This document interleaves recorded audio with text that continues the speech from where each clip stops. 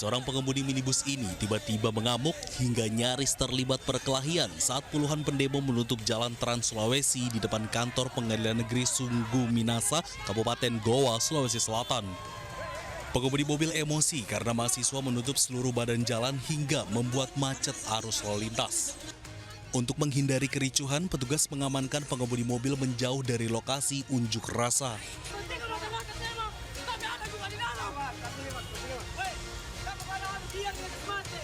Tidak hanya terlibat kericuhan dengan pengemudi mobil, massa juga terlibat keributan dengan polisi yang melarang pendemo menutup seluruh badan jalan.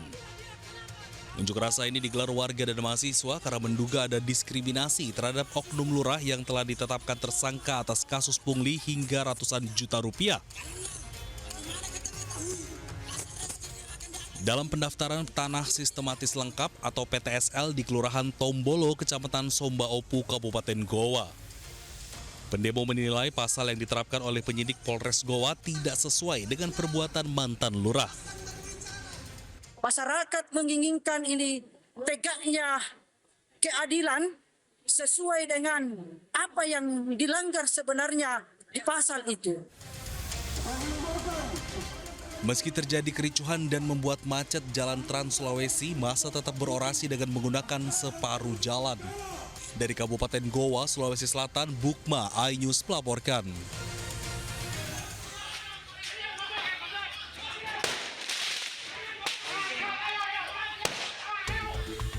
Pembongkaran bangunan warga Sukahaji, Kota Bandung yang berdiri di lahan PT Sakura berakhir ricuh.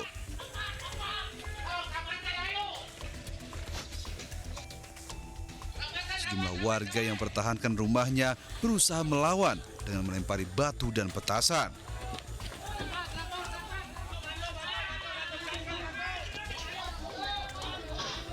Meski terus mendapat perlawanan, pihak perusahaan tetap melakukan pembongkaran rumah warga dengan menggunakan 3 alat berat.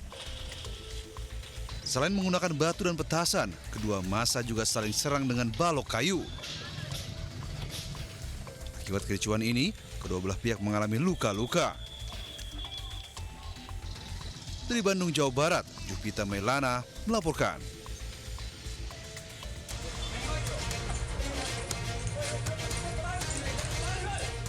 Tim Jatandras Satreskrim Polres Goa mengejar sejumlah remaja yang diduga menyerang dan mengancam sejumlah warga dengan senjata tajam dan busur panah di Kelurahan Lembang Parang, Kecamatan Barombong, Kabupaten Goa, Sulawesi Selatan.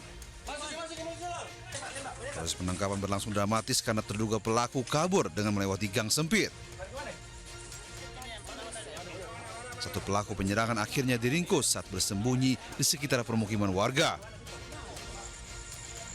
Polisi yang melakukan pengembangan menangkap 7 pelaku lain yang masih remaja di sejumlah lokasi berbeda di Kecamatan Barombong, Kabupaten Goa.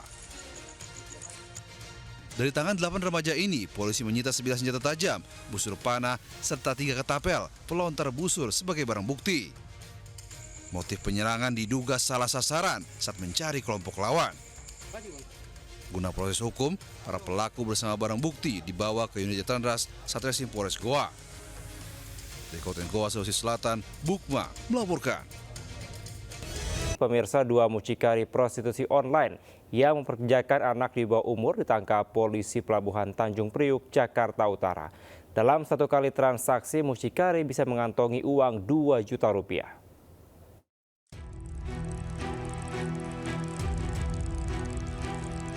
Polisi dari Polres Tanjung Priuk, Jakarta Utara meringkus 2 mucikari prostitusi online yang mempekerjakan anak di bawah umur. Polisi menangkap keduanya dengan berpura-pura memesan melalui jasa online. Setelah terjadi kesepakatan, langsung menggerebek pelaku beserta korban. Pelaku berusia 21 tahun bertugas menawarkan korban diringkus di hotel di kawasan Mangga Besar, Jakarta Pusat. Sedangkan pelaku yang berusia 28 tahun yang bertugas untuk merekrut korban diringkus di kawasan Kebon Jeruk, Taman Sari, Jakarta Barat. Dari 7 korban, 1 merupakan anak di bawah umur yang dipekerjakan sebagai pekerja seks komersial melalui jasa online seharga Rp2.500.000. Dalam sekali transaksi, mucikari mendapatkan 2 juta sedangkan korban hanya diberi Rp500.000. Polisi menyita 2 buah handphone, uang tunai Rp300.000, bukti transfer pembayaran pekerja seks komersial, alat kontrasepsi, dan bukti pemesanan hotel. Sengaja menggunakan foto perempuan yang kemudian membuat suatu akun pada aplikasi micet, kemudian melakukan proses pencarian para tamu atau bahasanya kan di sini penggunanya untuk jasa open BO. Dari hasil penelusuran tersebut, kita kemudian berhasil memancing pelaku, kemudian juga mendapatkan praktek. Para tersangka terancam hukuman di atas 5 tahun penjara. Dari Jakarta, Sofyan Firdaus, iNews melaporkan. Pemirsa, komplotan begal todongkan senjata api dikejar warga dan berhasil tertangkap di kawasan Palmerah, Jakarta Barat. 3 pelaku kabur mengendarai sepeda motor, namun 1 pelaku yang tertangkap babak belur dihajar warga.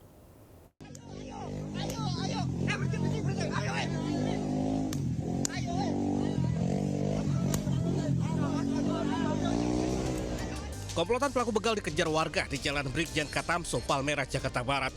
Meski sempat ditodong dengan senjata api, warga tetap mengejar. Warga sempat menghentikan para pelaku, namun hanya 1 orang yang bisa ditangkap. 3 orang lainnya berhasil meloloskan diri. Pelaku yang tertinggal akhirnya jadi bulan-bulanan warga. Pelakunya ada berapa orang? Wah, nggak tahu saya berapa. Juga soalnya nggak ngelihat, langsung cuma ngira-ngira dari sini aja, habis itu banyak orang. Ketangkep tadi. Nanti ketangkap katanya gebukin. Berapa orang ketangkep, Pak? 1. Warga kemudian menyerahkan pelaku ke Polsek Palmerah. Hingga kini, polisi masih memburu 3 orang pelaku lainnya. Dari Jakarta, Miftahul Gani, iNews melaporkan. Pemirsa, seorang pelatih bela diri MMA menjadi korban penganiayaan kelompok menagih hutang di Jalan Holti Kutura, Pasar Minggu, Jakarta Selatan. Aksi mereka diduga salah sasaran dan viral di media sosial.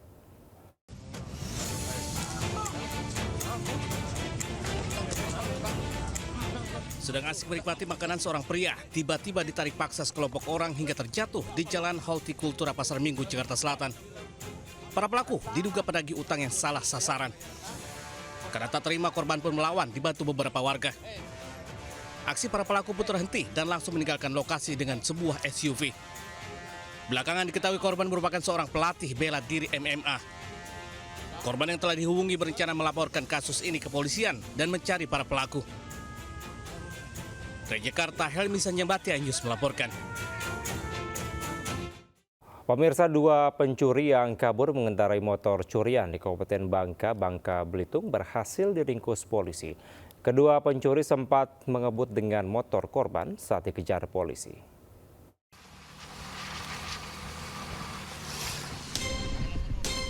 Anggota tim Kelambit Satreskrim Polres Bangka mengejar 2 pencuri motor di Sungai Liat, Kabupaten Bangka Belitung. Pelaku kabur dengan motor curian saat mengetahui polisi mengejar.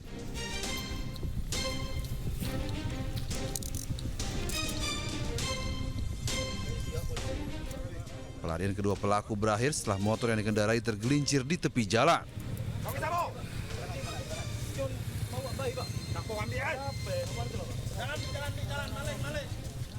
Bukannya menyerah, salah satu pelaku berusaha kabur. Polisi pun terpaksa melepaskan tembakan peringatan. Kedua pelaku mencuri motor warga yang terparkir di warung kopi di Sungai Liat. Pelaku yang tengah melintas melihat kunci motor korban di dalam dashboard. Tak pikir panjang, kedua pelaku mencuri motor korban. Korban pun melapor ke polisi motornya dicuri. 3 jam kemudian, kedua pelaku diringkus. Modusnya korban meninggalkan kunci motornya di motor. Jadi memanfaatkan kelengahan dan kesempatan pelaku mengambil motor tersebut. Kedua pelaku harus mendekam di sel Mapolres Bangka untuk mempertanggungjawabkan perbuatannya. Dari Kabupaten Bangka Belitung, Muhammad Maulana melaporkan. Pemirsa, Dewi Astuti alias Mami, buronan internasional kasus penyelundupan 2 ton narkoba jenis sabu di Kepulauan Riau akhirnya ditangkap polisi. Ia dibekuk dalam operasi senyap lintas negara di Kamboja.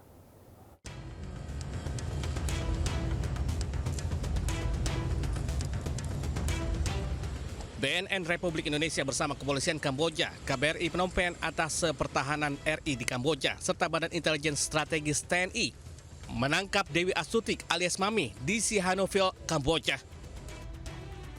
Wanita berusia 42 tahun ini merupakan buronan internasional dan aktor intelektual penyelundupan 2 ton sabu jaringan Golden Triangle yang digagalkan pada Mei 2025 lalu di perairan Karimun, Kepulauan Riau. Ia juga terlibat beberapa kasus besar tahun 2024 yang terkait jaringan Golden Crescent. Selain itu, Dewi Astutik merupakan rekruter dari jaringan perdagangan narkotika Asia Afrika yang juga DPO negara Korea Selatan. Selain Dewi Astutik, terdapat nama lain asal Indonesia yang mendominasi kawasan Golden Triangle, yakni Freddy Pratama. Dari Tangerang, Banten, Hasnugara News melaporkan. Pemirsa, nekat mencuri sepeda motor seorang perempuan muda ditangkap polisi di Surabaya, Jawa Timur. Ia kepergok warga saat mencuri bersama sang pacar. Sementara itu seorang pria membobol berangkas sebuah kantor distributor makanan.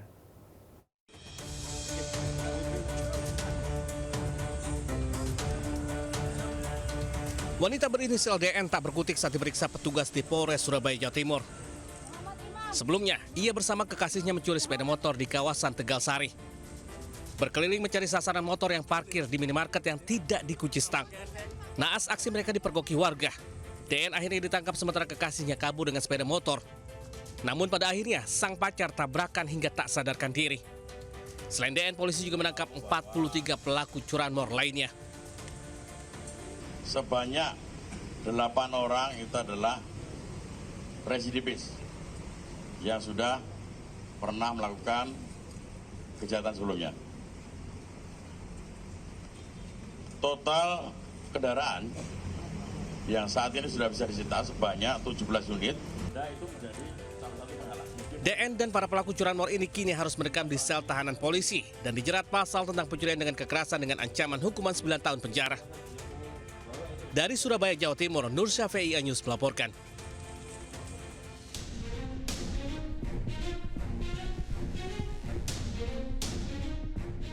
Pembobolan berangkas uang di sebuah kantor distributor makanan di kawasan Lingkar Timur, Sidoarjo dilakukan seorang pria seorang diri. Sebelum masuk ke kantor, pelaku melakukan pemantauan di lokasi kejadian dan baru masuk. Pelaku membawa kabur uang 4 juta rupiah diambil dari berangkas. Pelaku ditangkap polisi warga Bolongdowo, Candi, Sidoarjo yang diduga sebagai pelaku pembobolan. Pelaku merupakan spesialis pembobolan kantor dan rumah yang biasa beraksi di wilayah kota Sidoarjo.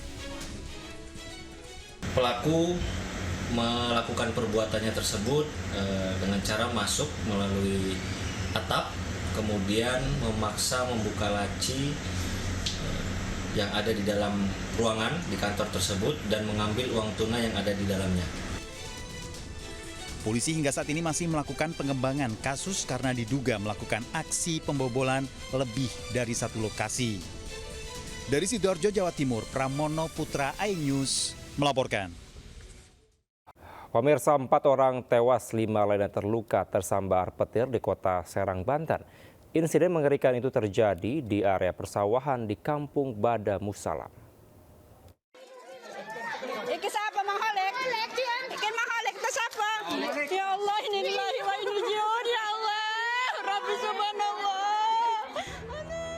Warga mengevakuasi korban yang tersambar petir di Kampung Badamusalam, Serang, Banten. Tangis histeris keluarga tak terbendung saat korban terus berdatangan. Total ada 4 orang tewas dalam insiden ini, 5 lainnya terluka. Petir menyambar saat 9 warga berteduh di sebuah saung usai bekerja di sawah. Jumlahnya 9 ya, 4 meninggal dunia, 3 masih diobservasi, 2 dirawat di rumah. Nanti kita masih akan monitor lagi perkembangannya. Kalau memang perlu perawatan, tadi Pak Wali Kota sudah menyampaikan supaya diarahkan untuk dibawa ke rumah sakit. Dugaan sementara korban tersambar petir karena sebagian menggunakan ponsel saat berteduh. Hingga kini polisi masih memeriksa kasus ini. Dari Serang, Banten, Bahasa Apriandi iNews melaporkan. Pemirsa, diduga sopir mengantuk, truk molen menabrak belasan sepeda motor di Kabupaten Bekasi, Jawa Barat. Molen ngeblong molen. Truk molen menabrak belasan sepeda motor yang terparkir di Jalan Raya Inspeksi Kalimalang, Cikarang Selatan, Kabupaten Bekasi, Jawa Barat. Kecelakaan terjadi diduga akibat sopir truk mengantuk hingga hilang kendali. Saat melaju, truk tiba-tiba oleng ke kiri mengakibatkan belasan sepeda motor mahasiswa dan ojek online rusak parah. Akibat kecelakaan tersebut, arus lalu lintas di Jalan Raya Inspeksi Kalimalang dari arah Cikarang menuju Kalimalang sempat mengalami kemacetan. Dari Kabupaten Bekasi, Jawa Barat, Didit Junaidi, iNews melaporkan. Pemirsa, seorang bayi terseret arus banjir di Sumatera Utara. Sementara di Aceh Timur, sejumlah personel TNI Angkatan Udara evakuasi seorang ibu hamil.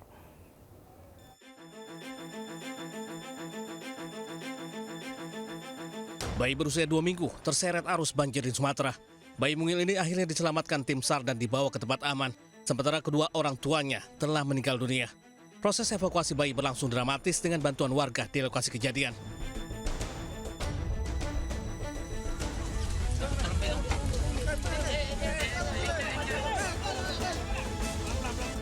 Sementara itu, aksi heroik prajurit TNI Angkatan Darat viral di media sosial. Sertu Igo Satria Gutomo dari Satuan Yon Arhanud 5 CSBY mengevakuasi seorang bayi dari banjir yang melanda wilayah Relet Timur Aceh Utara. Momen dramatis ini terjadi ketika wilayah tersebut terisolasi akibat banjir. Di Aceh Timur, sejumlah personil TNI Angkatan Udara mengevakuasi seorang ibu hamil. Evakuasi udara dilakukan setelah akses darat ke wilayah tersebut terputus akibat dampak bencana. Selain evakuasi medis, helikopter yang sama juga mendistribusikan logistik bagi warga terdampak di Kabupaten Gayo Luwes serta Aceh Tengah. Tim Liputan iNews melaporkan. Pemirsa, sejumlah personel Brimob Polda Sumut yang diterjunkan ke Sibolga untuk mencari korban bencana menemukan satu korban meninggal dunia. Proses evakuasi berubah menjadi haru saat mengetahui jasad yang ditemukan merupakan ibunda dari salah satu rekannya sesama anggota Brimob Polda Sumut.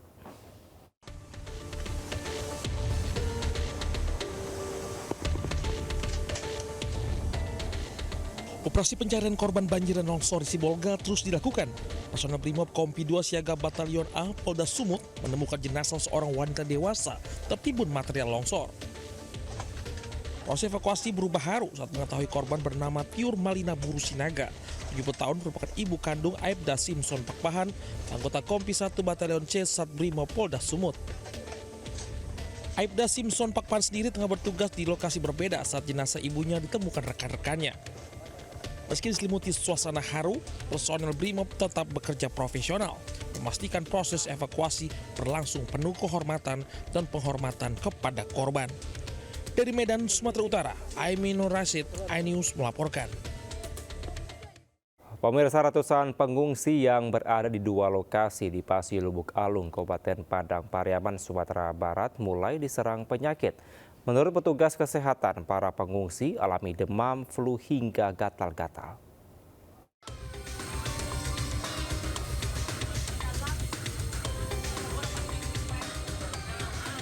Sejumlah pengungsi banjir dan longsor yang berada di dua lokasi di daerah Pasi Laweh, Lubuk Alung, Kabupaten Padang Pariaman, Sumatera Barat mulai terserang penyakit. Kebanyakan pengungsi mengeluh demam, flu dan gatal-gatal. Perubahan cuaca di lokasi pengungsian diduga jadi salah satu penyebab pengungsi mulai terserang penyakit. Itu sekarang ini banyak pasiennya banyak mengeluhkan batuk pilek, terus demam, terus ada juga gatal-gatal sedikit gitu kan. Jadi tapi kalau untuk kebutuhan pokoknya kebanyakan di sini banyak mengeluh karena rumahnya banyak yang kena banjir, rata-rata semuanya terbenam. Para pengungsi masih membutuhkan bantuan makanan dan pakaian hingga air bersih. Dari Padang Pariaman, Sumatera Barat, Eka Gus Priyadi melaporkan. Pemirsa, dunia hiburan tanah air kembali berduka. Aktor senior Epy Kusnandar meninggal dunia pada usia 61 tahun pada Rabu kemarin setelah menjalani perawatan di Rumah Sakit Pusat Otak Nasional atau PON Cawang, Jakarta Timur.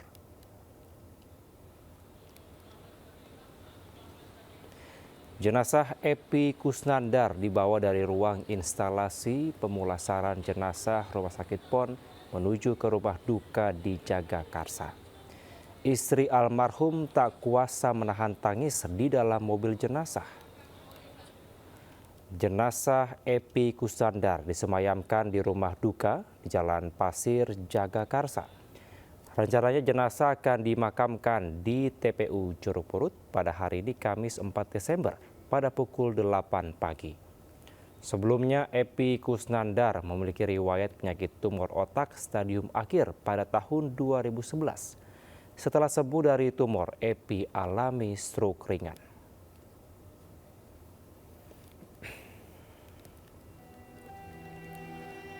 Epi Kusnandar dikenal sebagai aktor senior yang telah puluhan tahun berkecimpung di dunia hiburan Indonesia.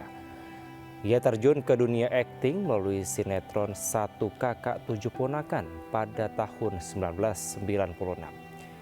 Ia juga sempat ambil bagian dalam sejumlah proyek film, FTV, dan sinetron. Namun aktingnya populer di kalangan masyarakat adalah saat berperan sebagai Kang Mus dalam sinetron dan film Preman Pensiun.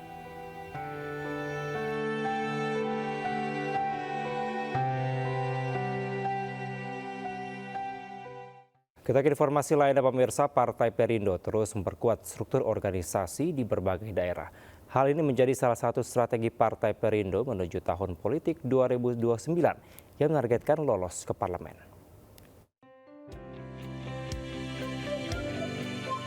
Sekjen DPP Partai Perindo Ferry Kurnia Rizkiansyah menyerahkan 4 surat keputusan kepada 1 Dewan Pimpinan Wilayah dan 3 Dewan Pimpinan Daerah Partai Perindo.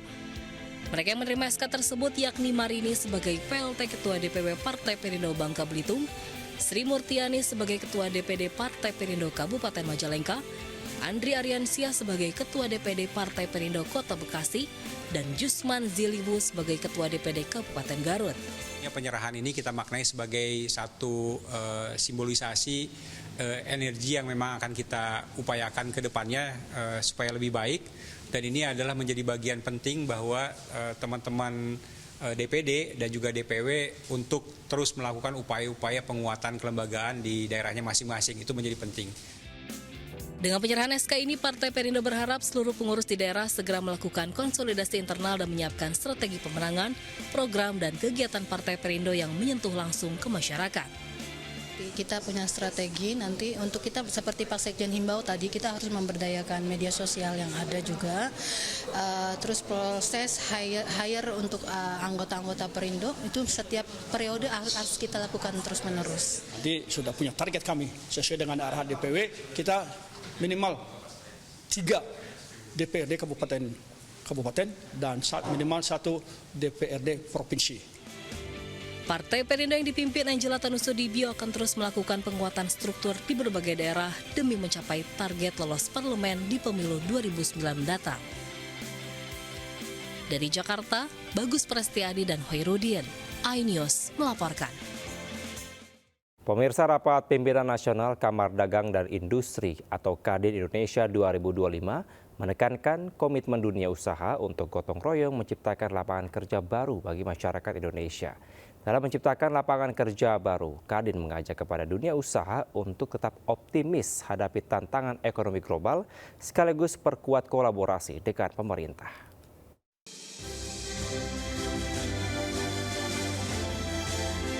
Kadin Indonesia membuka rapat pimpinan nasional 2025 dengan fokus utama pada penciptaan lapangan kerja baru di tanah air.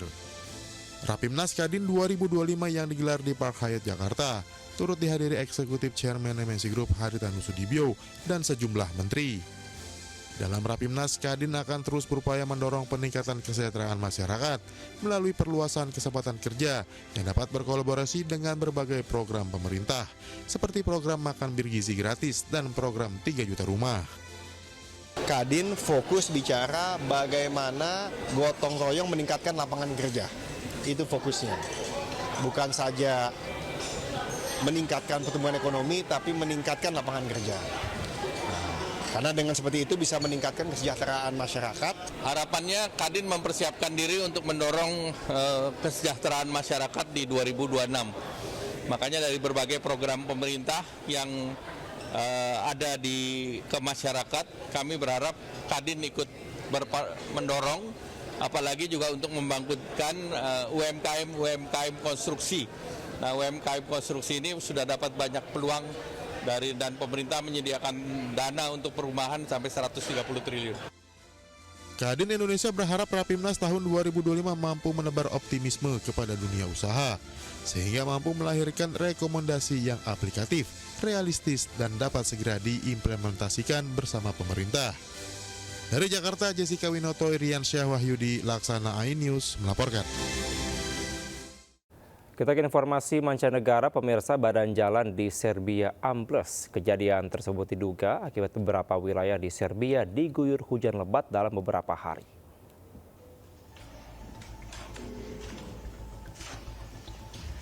Kejadian ini terekam kamera warga setempat. Sebagian badan jalan di dekat Kompleks Center of Excellence, Kragujevac, terlihat ambles atau runtuh. Diduga badan jalan ambles akibat dinding penahan tanah runtuh dan menimpa jalan yang berada di bawahnya. Dikutip dari media setempat, kejadian ini kerap terjadi di wilayah tersebut.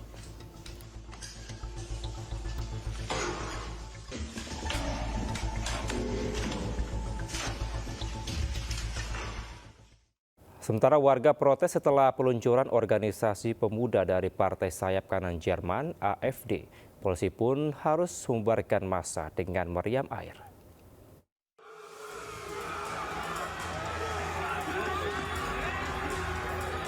Partai Sayap Kanan atau Alternative for Germany AfD meresmikan organisasi pemuda baru. Namun peluncuran ini membuat demonstrasi besar-besaran dan memicu bentrokan dengan polisi. Sebanyak 6.000 polisi dikerahkan di kota Gießen, Jerman. Mereka harus mengerahkan meriam air untuk membersihkan jalanan dari pemblokiran jalan oleh demonstran. Pertemuan partai anti-imigrasi ini sempat molor lebih dari 2 jam karena massa yang memblokade akses jalan. Warga protes Kongres Sayap Pemuda AfD Sayap Kanan. Organisasi AfD sebelumnya yaitu Young Alternative dibubarkan setelah partai memutus hubungan. Organisasi baru yang bernama Generation Germany kini dibentuk dengan pengawasan lebih ketat dan hanya menerima anggota AfD berusia di bawah 36 tahun. Pemirsa, olahraga padel kian populer di tanah air. Olahraga yang padukan tenis dan juga squash ini memiliki gerakan yang mudah dipelajari sehingga banyak digemari oleh masyarakat. Sebuah lapangan padel berstandar internasional kini hadir di kawasan Kemang, Jakarta Selatan. Namun tidak hanya sekedar sebagai sarana bermain, namun memiliki target mencetak bibit atlet muda berprestasi.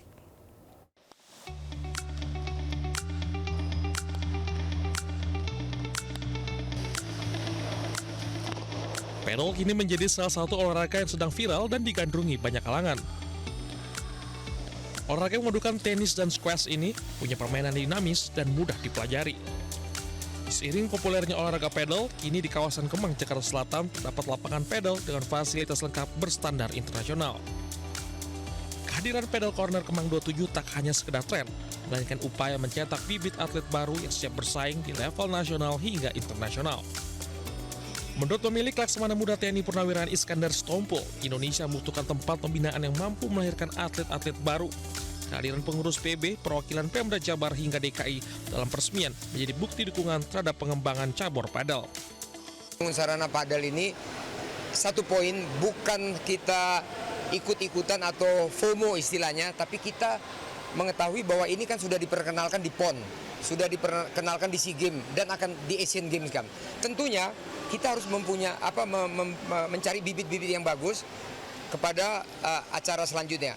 Mencari bibit dengan apa? Ada organisasi namanya PB, tentunya ada orang lapangannya. Lapangannya adalah kita. Satu semangat seperti itu diharapkan nanti menjelang Asian Games di Jepang nanti, tim pedal kita akan bisa berbicara di tingkat Asia, di tingkat multi event Asian Games. Ya, itu harapan saya. Jadi sekali lagi salut kepada Pak Iskandar dan si Tompuls Brothers yang membangun. Kehadiran lapangan tersebut juga diharapkan dapat meningkatkan minat masyarakat terhadap olahraga padel hingga nantinya bisa melahirkan atlet muda berprestasi. Dari Jakarta, Abdul Aziz, iNews melaporkan. Pemirsa, kita ke informasi lainnya. Tim penyelamatan dari Damkar Bondowoso evakuasi sapi yang terjebak dalam lubang septic tank. Dengan dibantu warga, akhirnya sapi bunting seberat 1 ton lebih ini berhasil terangkat. Tim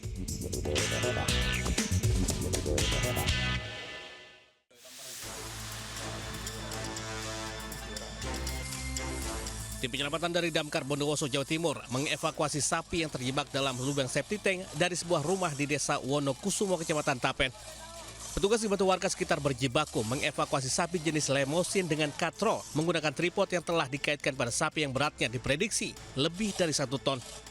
Diketahui sapi yang tengah mengandung 9 bulan itu pertama kali ditemukan anak pemilik sapi yang tengah bermain. Usai 1 jam proses pengangkatan bersama warga sekitar akhirnya membuahkan hasil.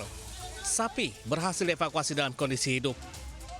Terus bekerja sama dengan warga sekitar karena tidak mungkin juga seluruh damkar untuk melakukan penarikan. Jadi kami minta bantuan warga sekitar, ya alhamdulillah warga responnya juga baik. Akhirnya berjibaku kerjasama, akhirnya hewan bisa terangkat.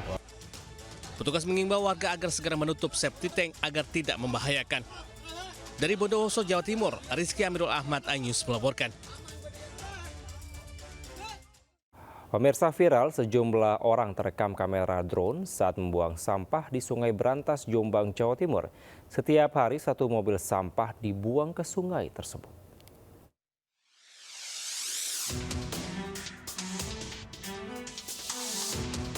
Kamera drone merekam aksi sejumlah orang membuang sampah dari atas jembatan Sungai Brantas di Desa Rejo Agung, Kecamatan Peloso, Kabupaten Jombang, Jawa Timur. Di tengah maraknya bencana alam yang terjadi di berbagai daerah, pria ini dengan santai membuang sampah dari mobil bak terbuka yang diterjunkan ke sungai. Tak hanya 1 atau 2 kantong, sampah yang mereka buang hingga 1 mobil.